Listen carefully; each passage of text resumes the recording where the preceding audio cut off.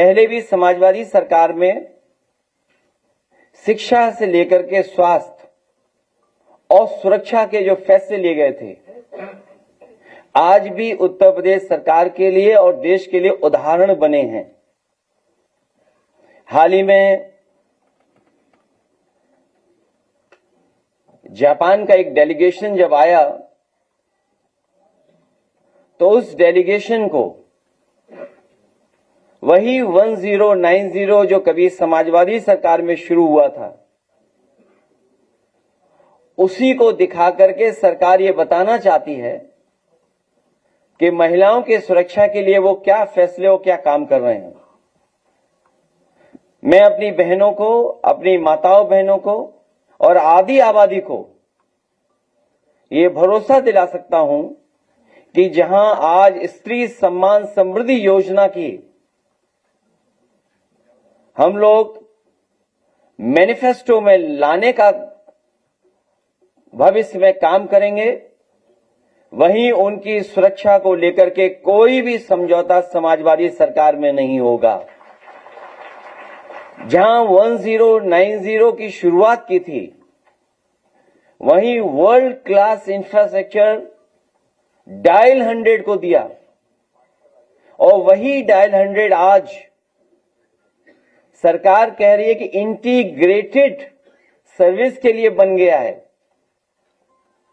ये वही डायल 100 है जिसमें पुलिस और हर इमरजेंसी सर्विस की मदद के लिए काम शुरू हुआ था। इसलिए मैं आज भरोसा दिलाता हूं कि जहां स्त्री सम्मान समृद्धि योजना लागू की जाएगी, ये आधी आबादी की पूरी आजादी का संकल्प है और उन्हें हर साल 40,000 रुपए देकर के उन्हें आगे बढ़ाने का काम समाजवादी सरकार में होगा। समाजवादी सरकार में समाजवादी पेंशन महिलाओं को शुरू की गई थी, जिसमें 500 रुपए सीधे उनके अकाउंट में भेजा जाता था और भविष्य में यह तय किया था कि इसको लगातार बढ़ाया जाएगा। इसीलिए पिछली बार जब हमारा घोषणा पत्र बना था तो उसमें बढ़ा करके लिखा था और इस बार मैनिफेस्टो में जो जा रहा है वो है 40,000 हर साल और बढ़ेगा भी आने वाले समय में। मैं दूसरी बात जो हमारी राष्ट्रीय अध्यक्ष के माध्यम से जो बात आई कि आजकल सब कुछ स्क्रीन से शुरू होता है। पहले भी समाजवादी पार्टी ने लैपटॉप बांट के दिखाया था, जो पढ़ने वाले बच्चे थे, आगे बढ़ने वाले, उनको लैपटॉप दिया था और आज भी उत्तर प्रदेश में जहां पर समाजवादी सरकार में लैपटॉप मिला होगा वो आज भी चल रहा होगा। उस समय जब टेक्नोलॉजी की इतनी पेनिट्रेशन नहीं थी, टेक्नोलॉजी के माध्यम से इतना कुछ नहीं चल पा रहा था, उस समय समाजवादी पार्टी ने, समाजवादी सोच ने लैपटॉप देने का काम किया था। भविष्य में इंटरमीडिएट पास करने वाली बेटी को लैपटॉप देकर के उसको आगे बढ़ने का मौका समाजवादी सरकार में दिया जाएगा। उसी का परिणाम है कि जो लोग कुछ नहीं समझते हैं वो टैबलेट बांटने की बात कर रहे हैं। इससे पहले भी उन्होंने बांटा था कुछ, उंगली घिस दीजिए तब भी स्क्रीन पर कुछ नहीं चल रहा है।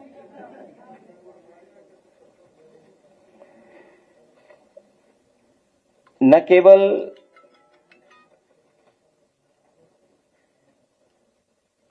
स्त्री सम्मान समृद्धि योजना को लागू किया जाएगा, सम्मान समृद्धि योजना, बल्कि जो असुरक्षा की भावना है उसको भी दूर करने का काम समाजवादी सरकार में होगा। भारतीय जनता पार्टी के लिए तो नारी केवल नारा बन करके रह गई है। आज के दिन हम कहना चाहते हैं, यहां जितनी भी हमारी महिलाएं बहनें बैठी हैं वो जानती हैं कि महिला आरक्षण पास हो चुका है। भारतीय जनता पार्टी क्यों देरी कर रही है? उसको अगले चुनाव में लागू किया जाए। जब रक्षाबंधन के त्योहार पे आप बस चला रहे हो और भी योजनाएं लागू करने का बहाना कर रहे हो, तो ये भी सच बोल करके महिला आरक्षण लागू करने का भी काम किया जाए। और इधर देखते हैं कि भाजपा के लोग नारी बंधन की बात बहुत करते हैं।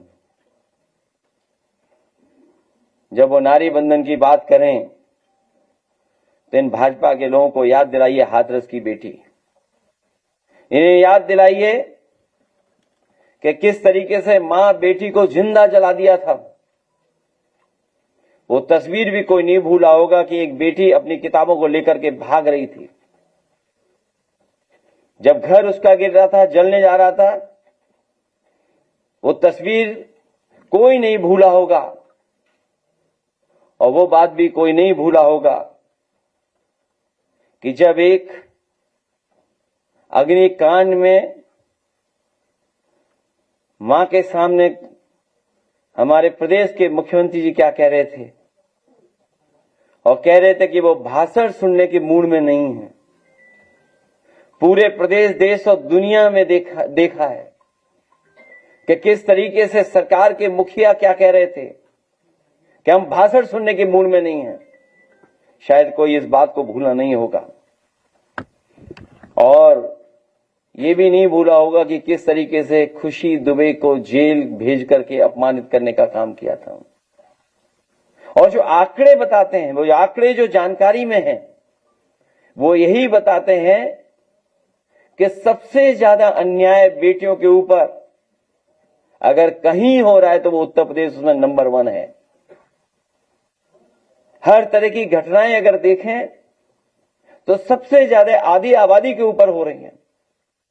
हम आज के दिन जब इतनी बड़ी योजना का फैसला लेने का काम किया हम लोगों ने, स्त्री सम्मान समृद्धि योजना को लेकर के हम लोग जनता के बीच में जाएंगे और भी समय समय पे जो मैनिफेस्टो में बातें आनी उनको लागू करने का हम लोग आह्वान करेंगे।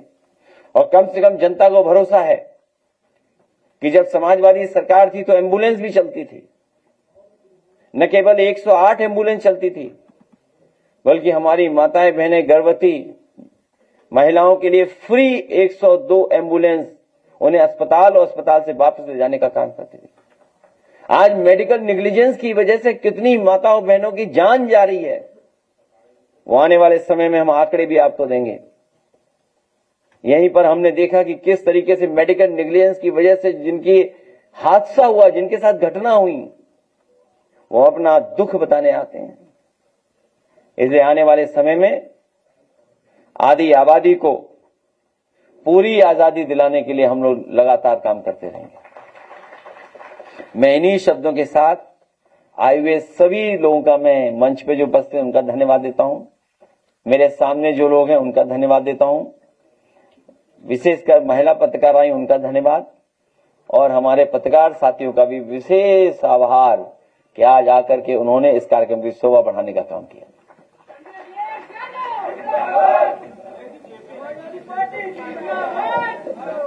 आज जेपीएनआईसी पे नहीं बात होगी, उसके लिए कल आपको विशेष सत्र बुलाया जाएगा आपके लिए।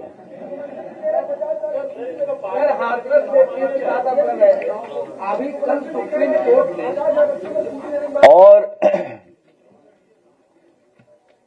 अभी लैपटॉप की बात हुई है, 40,000 हर साल देने की बात हुई है। पहले भी साइकिल दी थी, भविष्य में भी साइकिल मिलेगी। और सबसे बड़ी बात यह है कि बंद किए हुए 26,000 प्राइमरी स्कूल पुनः शुरू किए जाएंगे, क्योंकि सबसे ज्यादा संकट या परेशानी या असुरक्षा की भावना बेटियों के साथ आएंगी कि वो अपने गांव में नहीं पढ़ पाएंगी, दूसरी जगह जाएंगी। आंगनबाड़ी को लेकर के भी जो आंकड़े आ रहे हैं सामने, वो ऐसे आंकड़े हैं कि अगर आप देखोगे तो खुद ही ताज्जुब कर जाओगे कि 10 साल की सरकार और डबल इंजन की सरकार ने आंगनबाड़ियों का क्या हाल कर दिया है। और न्यूट्रिशन मिशन पहले भी चला था, आने वाले समय में भी चलाने का काम समाजवादी सरकार में होगा। महिला की सुरक्षा की बात हो रही है, प्राइमरी स्कूलों में जो शौचालय है वो पूरी तरीके से खुला है महिलाओं के बच्चों के लिए। जब उसकी वीडियो दिखाते हैं तो सरकार हमारे ऊपर FIR करनी कि आप स्कूलों की वीडियो क्यों दिखा रहे हैं, बच्चों की बात क्यों कर रहे हैं। इस सरकार के पास FIR के अलावा कुछ बचा नहीं है।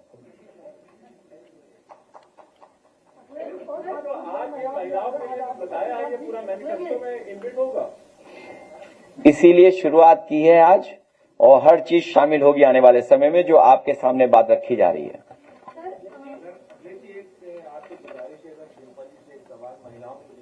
नहीं, आप किसी से भी पूछ सकते हैं सवाल। हाँ, नहीं, बुजुर्ग भी पूछ सकते हैं। अगर आप पूछे कि आप अपने सपनों को पूरा करने के लिए समाज से क्या उम्मीद रखेंगी, तो आप उससे क्या संदेश देना चाहेंगे? मुखर बनो। इलाहाबाद हाई कोर्ट का जो आदेश आया है,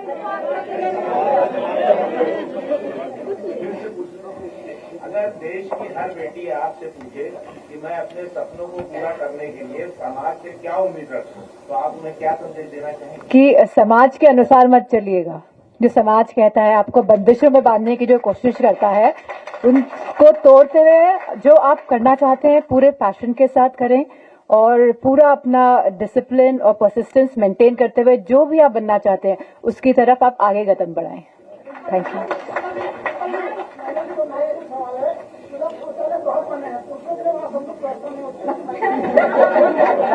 नहीं, वो सवाल तो हमसे पूछो, पहले यहाँ पूछ लेंगे। आप बता, आप पूछिए। जब आपने कह दिया कि मुखर बनो, स्वतंत्र बनो, प्रबल बनो, तभी आदि आबादी की तरक्की होगी। और सबल बनाने के लिए और सफल बनाने के लिए हम लोग काम कर रहे हैं। क्योंकि महिलाओं के लिए इलाहाबाद हाईकोर्ट ने कहा है कि नकाब पहन के स्कूलों में जाना अभी अलाउ नहीं है। ऐसे में ओम प्रकाश राजभर जी ने भी तंज कसते हुए अखिलेश जी से सवाल किया है, ट्विटर पे आपने देखा ही होगा। तो आपका क्या राय है इसमें? आप जैसा बने सब, आप जैसा आप दिखा दो ना, सबको देखने दो अपने आप को। आप जैसा बनो, स्वतंत्र बनो, प्रखर बनो। और वो लोग तो ऐसे हैं जो पहनावे पे भी सवाल खड़ा करते हैं। वो अपनी मन मर्जी से कहते हैं ये पहन सकते हैं, ये नहीं पहन सकते हैं। सर, इतना कुछ दे रही है पार्टी, यूपी में जो लड़कियों को लेकर जो अपराध हो रहे हैं, दुष्कर्म हो रहे हैं, रेप हो रहे हैं, उसको लेकर नहीं लगता कि कोई सेल्फ डिफेंस ट्रेनिंग प्रोग्राम भी चला सकते? सरकार बनवाइए। पहले जिस तरह के कार्यक्रम होते थे बेटियों के लिए स्कूल कॉलेजेस में, और 1090 के माध्यम से जो मदद होती थी, मैं तो आपसे कहूंगा, हमारी जो महिला पत्रकार हैं, अगर कभी 1090 में जाएं और उसके डेटा को देखें, और डेटा देखने के बाद हम लोग एक बार फिर बैठे यहाँ पर, तो आपको पता लगेगा किस तरीके से मदद होती थी बहनों की, या समाज में कहां से उनको किस तरह की परेशानियां पैदा होती थी।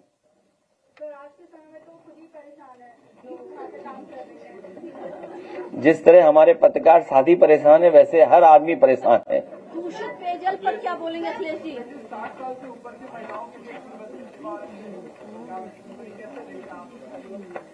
आपको भरोसा है सरकार पर? और ये बसें,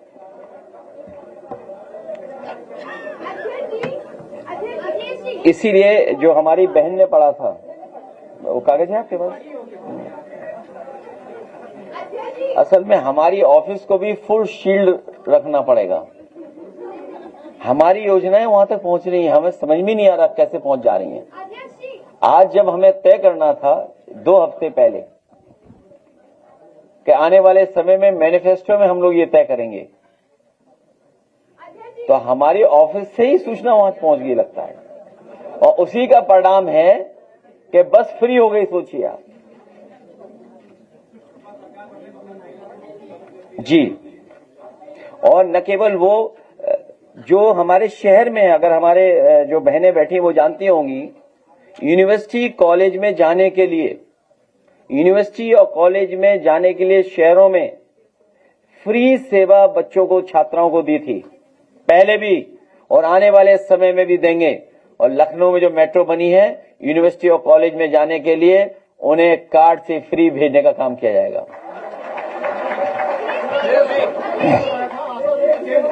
महिलाओं को आपस में केंद्र में एक जगह सुधार तो हमसे क्यों पूछ रहे हो? अच्छा, हम आपसे पूछें कि अंग्रेजी अखबार में लिखा है कि ये 4 बजे उठते हैं और हार्ड वुडन बेड पे सोते हैं।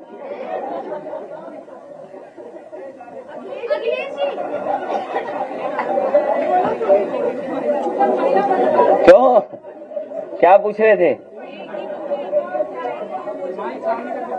देखिए, इसे ये ठीक कह रहे हैं कि पूरी तैयारी के साथ कोई योजना नहीं चलाई जा रही है। कम से कम उस महिला के साथ या वृद्ध महिला के साथ अगर कोई जा रहा है, तो अगर बच्चा है तो फ्री होना चाहिए, और परिवार का कोई वृद्ध है और जो उसके सहायता और सहयोग के साथ जा रहा है, सहयोग के लिए जा रहा है, उसकी आधी होनी चाहिए, आधी टिकट लगनी चाहिए।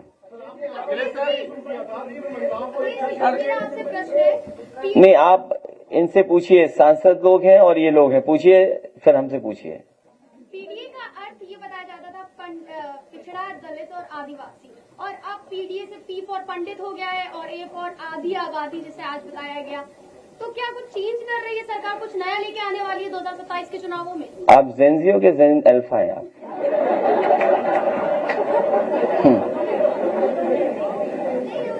हैं? जेनजी हैं, ठीक। एनीवे, हम प्रोग्रेसिव लोग हैं, और जो प्रोग्रेसिव लोग होते हैं वो परिस्थितियों, समय के हिसाब से जोड़ने के लिए चीजों को उस हिसाब से जोड़ते हैं। ये हमारा जोड़ने वाला नारा है। ये जो पीडीए का नारा है, ये जोड़ने वाला नारा है। अगर एक मां के साथ ये कहा जाए कि भाषण सुनने के हम आदी नहीं है, या मान लीजिए एक तस्वीर वो दिखाई दे कि किताब लेकर के भाग रही है, हाथरस की बेटी है, तो जो पीड़ित है, दुखी है, जो अपमानित हो रहा है, वो पीडीए है। और जितना हम प्रेम, दया, अपनापन दिखाएंगे, उतना ही हम पीडीए के लोगों को जोड़ने का काम करेंगे। और पीडीए जो पी है वो प्रोटेस्ट भी है।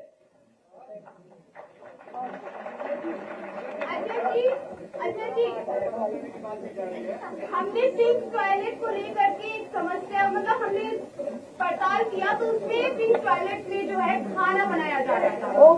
हम चौक के पिंक टॉयलेट पे गए, वहाँ पे देखा कि वहाँ पूरे बकायदा किचन का व्यवस्था, और यहाँ तक कि पिंक टॉयलेट जो खुला भी था उसमें, तो वो पूरा इतनी गंदगी भरी हुई थी, और दो जो दिव्यांग के लिए था या फिर एक और था, वो बंद था, और पूरा बकायदा वहाँ पे लोग रह रहे थे, और वहाँ पे खाना भी बनाया जा रहा था। ऐसे में पिंक टॉयलेट वहाँ हनुमान सेतु पे भी गए तो वहाँ बंद दिखाई दिया, और वहाँ क्या कहते हैं गोमती नगर भी गए, वहाँ पे भी बंद दिखाई दिया। ऐसे में आप क्या कहेंगे कि पिंक टॉयलेट जो महिलाओं के लिए बनाया गया है, आप लोग उसको खुलवाएंगे, सही तरीके से उसको देखेंगे?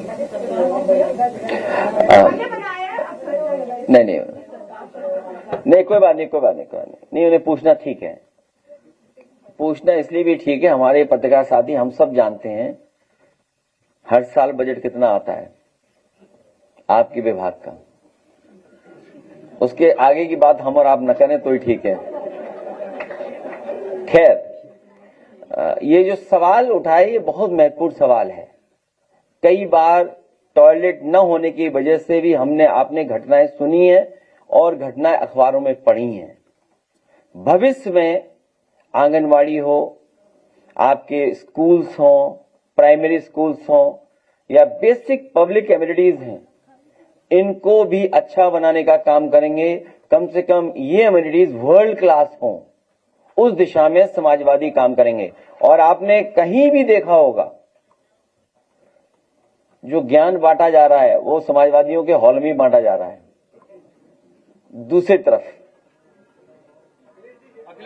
तो जो समाजवादी पार्टी का जो काम है, आप कभी जनरेशन पार्क गए होंगे, वहां के आप वॉशरूम देखिए। मैं तो अपनी बहन से कहूंगा, हालांकि इन पे मुकदमा नहीं होगा,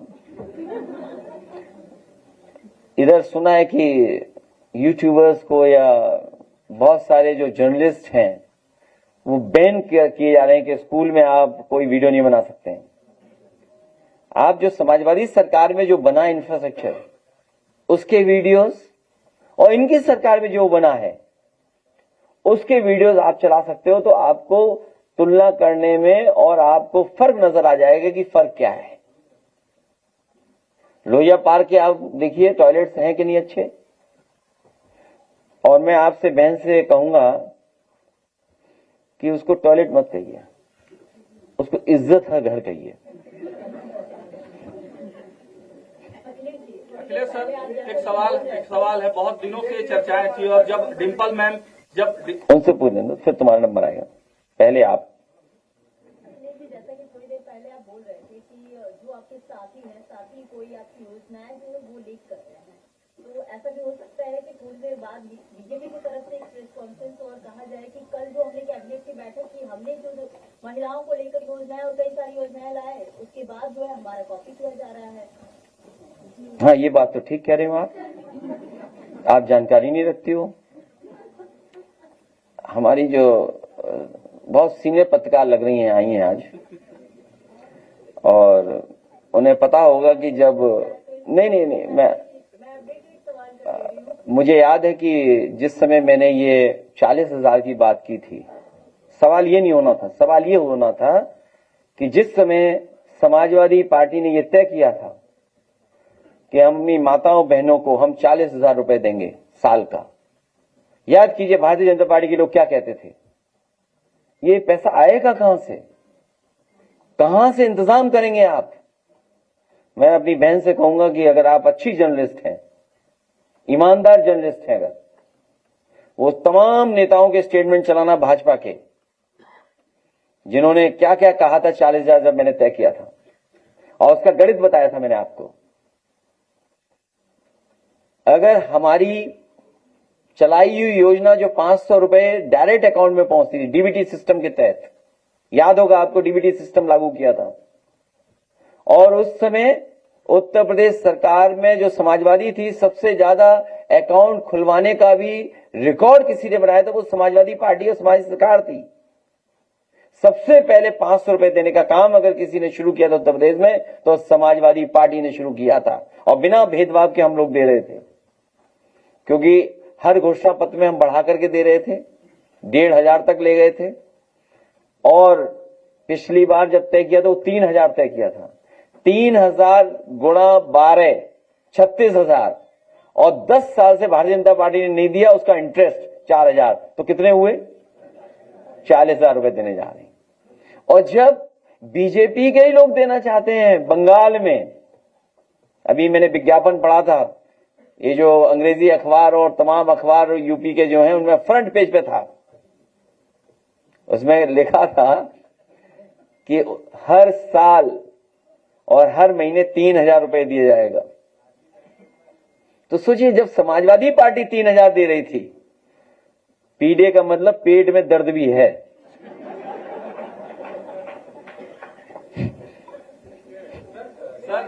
तो उन्हें पेट में दर्द हो रहा था कि समाजवादी पार्टी कैसे दे सकती है। हमारी ही नकल करके वो दे रहे हैं। आज केवल इन सवालों पर पूछोगे तो पूछोगे, नहीं अभी वहां नहीं जाना, अयोध्या नहीं जाना, बाद में बात करेंगे। अखिलेश सर, एक सवाल मेरा ये था कि बहुत दिनों से चर्चा में था, हालांकि डिंपल मैम जब छात्रों से मिली, प्रोटेस्ट वाले छात्रों से, तो एक चर्चा का विषय बना कि ममता की मूरत है मैम, और सीएम फेस को लेकर चर्चाएं होने लगी डिंपल मैम के बारे में, तो क्या कहेंगे? हाँ, बहुत अच्छी बात पूछी है। हम तो इसी में उलझे हुए हैं, एक अंग्रेजी अखबार में, और बहुत, हालांकि ये प्रतिष्ठित अखबार है, लेकिन आज के जमाने में जो चीजें होती है उसके तहत हमें पढ़ने को मिला, Yogi ji is a mirror image of Modi. अरे भाई, इधर मत देखो यार, उधर जाओ, डबल इंजन की तरफ। सीएम थे आप ही रहेंगे।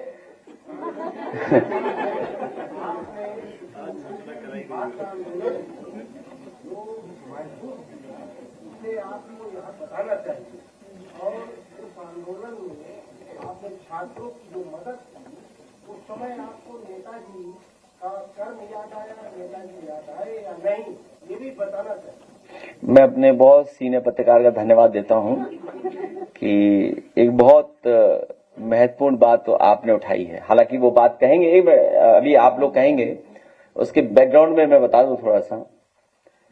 जिस समय आंदोलन चल रहा था, हालांकि आंदोलन में हम लोग किसी न किसी रूप में शामिल थे और पॉलिटिकल पार्टीज में अगर आप देखोगे तो समाजवादी पार्टी ने पहले दिन ही आंदोलन का समर्थन किया था और एक समय पर जब मिलियंस व्यू हो रहे थे, लगातार बढ़ते जा रहे थे, उस समय समाजवादी पार्टी ने कहा कि ये जो लड़ाई है ये बीजेपी बनाम सीजेपी है।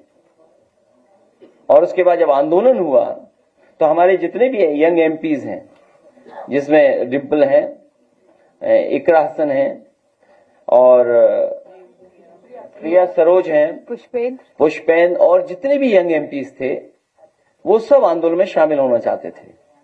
लेकिन एक व्यू पॉइंट बन रहा था कि आंदोलन में मत जाइए। तो मैंने सभी सांसदों से कहा कि नहीं, पहले हम हाउस में जाएंगे, हाउस को एडजॉर्न कराएंगे, अपनी बात कहेंगे, क्योंकि जो छात्र बाहर हैं वो यही तो चाहते हैं कि लोकसभा में बात उनकी सुनी जाए। वो बात हम लोग कहें और उसके बाद देखें सरकार क्या फैसला लेती है। जब हाउस एडजॉर्न हुआ तो उसके बाद पार्टी ने फैसला लिया कि अगर यंग एमपी जाना चाहते हैं उन बच्चों के आंदोलन में समर्थन के लिए तो ये जाएं। मुझे खुशी है कि सभी यंग एमपी पहुंचे और पूरा समर्थन, पूरी ईमानदारी के साथ उन बच्चों के साथ खड़े हुए। जो दुख, दर्द, तकलीफ, परेशानी इन्होंने देखी है वो शायद यही समझ सकते हैं, यही पहचान सकते हैं। और अगर उस समय पार्टी फैसला न लेती तो शायद ये मिस कर देती वो आंदोलन। हालांकि आंदोलन के ये पार्ट पहले से ही थे उसमें। आप तीनों एमपी यहाँ हैं जो गए हैं आंदोलन में, आप तीनों से पूछ सकते हैं।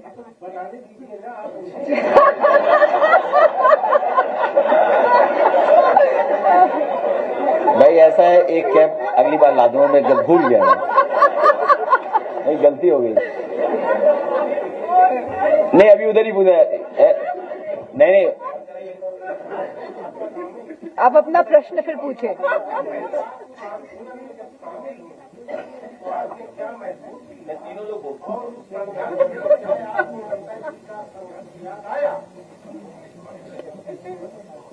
क्योंकि हमारी समाजवादी पार्टी से लगातार सपोर्ट मिल रहा था आंदोलन को और हमारे सभी जो सांसद हैं, युवा सांसद और भी सांसद गए हैं, हरिंदर जी भी गए थे, राजीव राय जी भी गए थे, काफी सांसद जंतर मंतर होके आए। और जब हम सभी वहां गए तो हम एक तरीके से हम सभी सांसद लोग कनेक्टेड फील किए सबसे पहले तो, क्योंकि ये हमें लगा कि हमारे ही बच्चे हैं जो अपने हक और अधिकार के लिए लड़ रहे हैं और ये कोई किसी भी एंगल से इनको प्रोवोक नहीं किया जा रहा है, कहीं आउटसाइड से सपोर्ट नहीं मिल रहा है। ये जेन्युइन और ऑर्गेनिक बच्चे यहाँ पे अपने बात को रखने के लिए आए हैं। और हम जंतर मंतर गए, हम सोनम वांगचुक जी से मिले, लेकिन जिस तरह मैं समझती हूँ सोनम वांगचुक जी को वहां से उठाया गया सफेद कपड़ों में लिपटा कर, जैसे कि कोई लाश को ले जा रहे हैं, तो जो वो सेंटिमेंट था मैं समझती हूँ उससे हर कोई सभी को आहत पहुंची, चाहे बच्चे हों चाहे बुजुर्ग हों। सभी इस बात से बड़े विचलित हुए कि जिस तरह सोनम वांगचुक जी को, जो सत्याग्रह के रास्ते पे चल रहे थे और जो भूख हड़ताल पे थे, और मैं समझती हूँ कि हम सभी कहीं ना कहीं इस बात से बहुत ही भावुक भी हुए और इसीलिए हम सबने ठान लिया था कि 20 तारीख को हम इस आंदोलन में जरूर हिस्सा बनेंगे। लेकिन क्योंकि ऑपोजिशन पार्टी सब एक मत होती है और कई ऑपोजिशन पार्टीज इस मत के लिए नहीं थी, लेकिन हम धन्यवाद देंगे अपने राष्ट्रीय अध्यक्ष जी का जिन्होंने हमें परमिशन दी। और अगर परमिशन नहीं देते तो हम नहीं जानते हम क्या करते, हो सकता तभी भी जाते। युवा लोग हम यही सब ठान के बैठे हुए थे, लेकिन हम धन्यवाद देंगे हमारे राष्ट्रीय अध्यक्ष जी का जिन्होंने हमें परमिशन दी, क्योंकि उन लोगों ने देख लिया था कि सभी महिलाएं सांसद स्पोर्ट्स शूज पहन के आई हैं, वो अपना मन बना के आई हैं। तब हमारे अध्यक्ष जी ने कहा कि जाइए आप सब लोग शरीक होइए, और हम लोग बस क्योंकि गाड़ियों से नहीं जा सकते थे तो हम सब लोग बस पैदल निकल गए। और जब हम पहुंचे हैं तो हमने देखा है कि इतनी भीड़ थी, इतने बच्चे थे, और जब हम लोगों ने बैरिकेडिंग क्रॉस की है तो इतना क्योटिक माहौल था वहां पे। कहीं पे बच्चों को लाठियों से मारा जा रहा था, कहीं पे करंट दिया जा रहा था, कहीं पे बच्चों के सर से खून निकल रहा था। और जाहिर सी बात है कि एक माँ होने के कारण और एक इंसान होने के कारण, हम ह्यूमन बीइंग्स हैं ना, तो कुछ ह्यूमैनिटी, कुछ कंपैशन तो हम सभी के अंदर है। तो इसीलिए हम चाहते तो हम वापस आ सकते थे, लेकिन हम लोग वहां पे डटे रहे, वहां पे रुके रहे।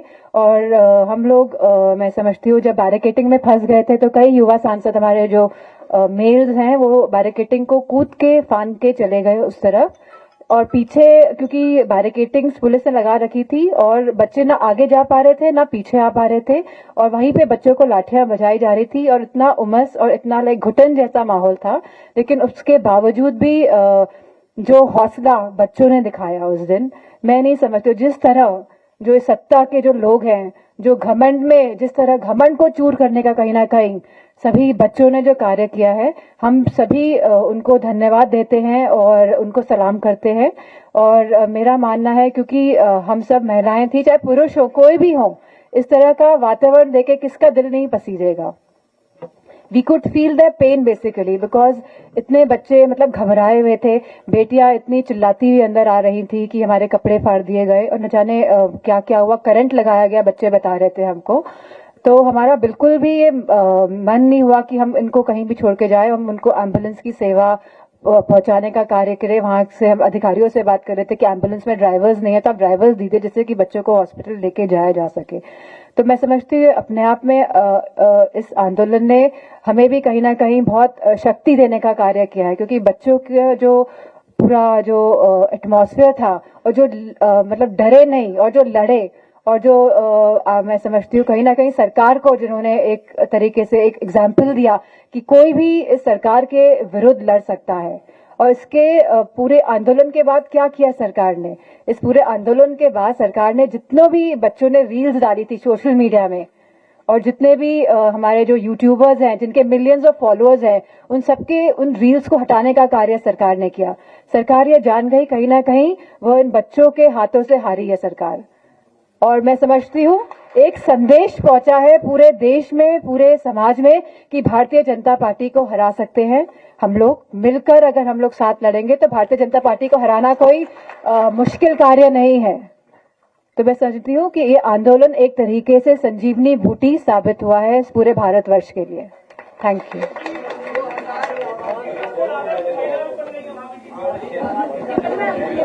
We can say. Dimple ji, आपने जो ये आंसर दिया है उसी में क्वेश्चन ऐड करना चाहूंगी। नहीं ऐसा बेटा खड़े होने में अच्छा लग रहा है, थोड़ा बोलने में ठीक रहेगा। आपने जो ये आंसर दिया इसमें क्वेश्चन ऐड करूंगी। नहीं उन्हीं लोगों से पूछिए ना आप। कार्यकर्ताओं को हम भी कहते हैं बट पूरी बीजेपी प्रोटेस्ट हुआ है उसमें यूनियन आप में जाइए। अरे वो नहीं पूछो यार।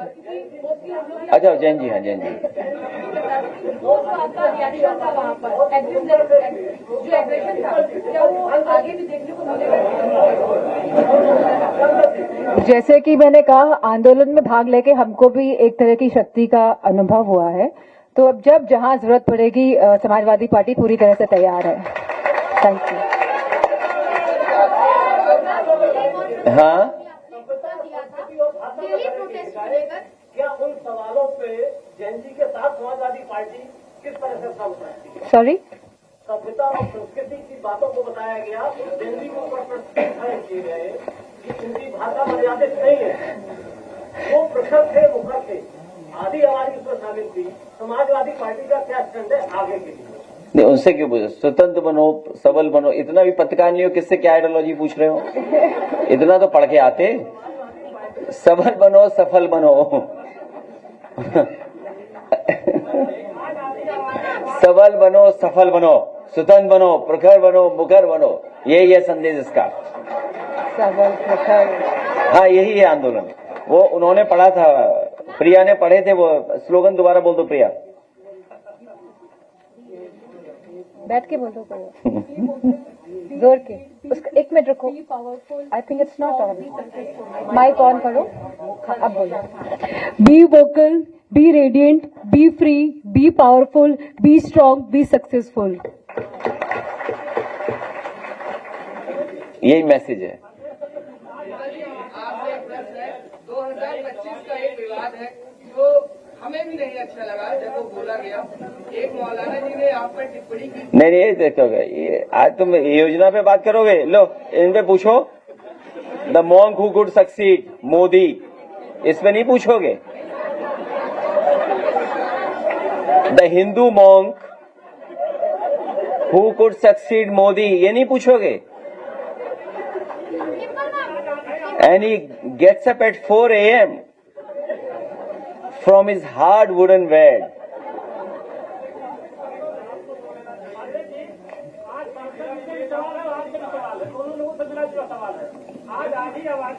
अभी जाना नहीं आपको घर कहीं? आधी आबादी के सम्मान की भी बात हो रही है। विधानसभा चुनाव आने वाले हैं, महिलाओं को कितनी फीसदी टिकट दिए जाएंगे? समाजवादी पार्टी की कोशिश होगी कि भारतीय जनता पार्टी से ज्यादा लड़ाएं और हम भारतीय जनता पार्टी से अपील करेंगे कि नारी को नारा न बनाएं। जो आरक्षण लागू हो चुका है उसको लागू करें। और अभी तो इलेक्शन कमीशन आए थे, चीफ इलेक्शन कमीशन, अभी अगर क्लोज डोर बात हो जाती तो 27वीं लागू हो जाता। हम तो कहेंगे कि आज के दिन जब इतनी महिलाएं बैठी और यहां पर हैं सभी, और आप लोग के माध्यम से भारतीय जनता पार्टी को रक्षाबंधन के दिन ये फैसला ले लेना चाहिए कि बहनों के लिए आने वाले समय में आरक्षण लागू होगा। जो कानून पास हो चुका है लोकसभा में,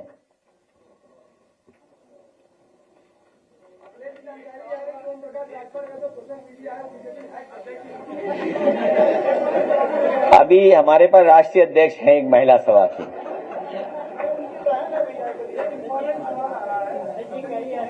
कल फिर बैठेंगे ना। अच्छा हाँ एक मिनट बहन जी, बहन रुक जाओ, अभी थोड़ी झारखंड वाले। हाँ